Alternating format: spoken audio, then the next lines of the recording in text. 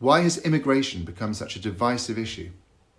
For years, we've been told contradictory stories, that immigration is either an unsolvable crisis or a non-issue that doesn't need addressing.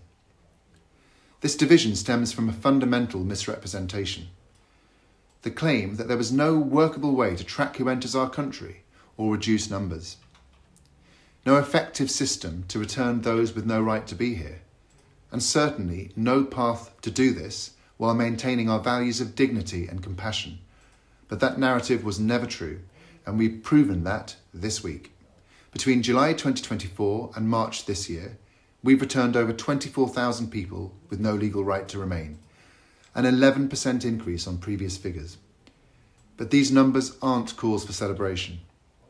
Rather, they reflect a system that's only just now beginning to function properly, and while that's progress worth acknowledging, I'm genuinely concerned about three things. First, the immigration system we inherited creates frustration and uncertainty for everyone involved, British citizens, residents, migrants and asylum seekers alike. The previous Conservative government did make attempts at reforming it, but ultimately they lost control of our immigration system as net migration quadrupled to a record high of almost 1 million people, despite their promises that it would fall. They replaced free movement with a chaotic system that prioritised foreign recruitment over domestic training, allowed exploitation, particularly in care work, and enabled smuggling gangs to flourish. Meanwhile, enforcement collapsed, with returns down by over a third. We've inherited a fundamentally broken system that demands urgent, serious action. And don't even get me started on their failed Rwanda policy. But it's not about scoring political points.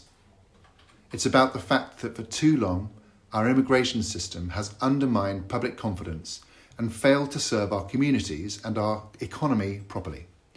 Ultimately, immigration isn't a left or right-wing issue. It's about fairness and making a system that works for everyone. This brings me to my second point. I'm deeply concerned about the growing divisiveness and dehumanisation in our national conversation about immigration and asylum seekers, regrettably sometimes instigated by our political opponents. We must remember that behind every statistic is a human being with hopes, fears and dignity. The heated rhetoric that's become commonplace divides communities and breeds mistrust without solving anything. We don't need inflammatory language or the demonisation of vulnerable people to create an effective system. Third, I'm troubled by watching Reform UK claim ownership of immigration while offering no credible solutions. When pressed on the details, they can't tell you their actual plans. When asked about implementation, they dodge the questions. They only know how to criticise without taking responsibility. And this isn't leadership, it's performative politics at its worst. Instead, we need practical, humane solutions that respect both our borders and human dignity. That's why Labour's new approach emphasises both firmness and fairness, maintaining control while treating all people with decency. We reject the false choice between open borders or closed hearts. We don't need politicians who offer anger without answers or who simply tell us what's impossible.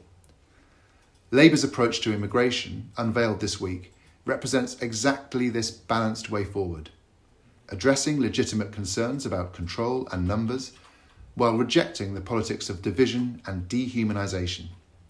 It delivers the fundamental reforms our country has long needed. Clear rules that will be enforced, protections for those in genuine need, and a system that serves our economy while reflecting our values of fairness, compassion, and respect for human dignity.